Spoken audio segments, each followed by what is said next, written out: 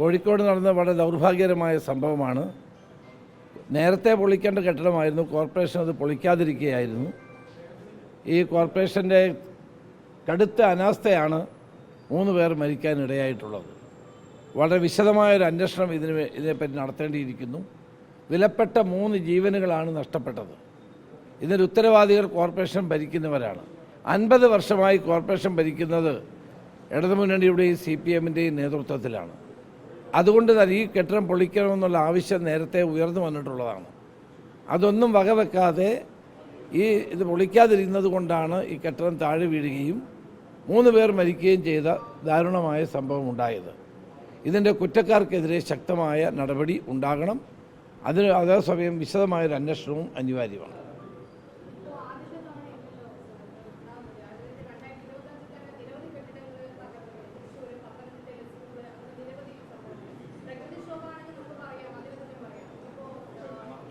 പ്രകൃതിക്ഷോഭമാണ് നമുക്ക് മനസ്സിലാവും.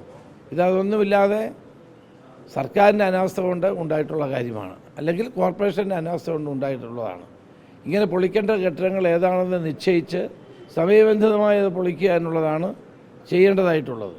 അത് തദ്ദേശ സ്വയംഭരണ സ്ഥാപനങ്ങൾക്ക് അതിൻ്റെ ഉത്തരവാദിത്വമുണ്ട്, ഗവൺമെൻറ് അതിൻ്റെ ഉത്തരവാദിത്വമുള്ള കാര്യം.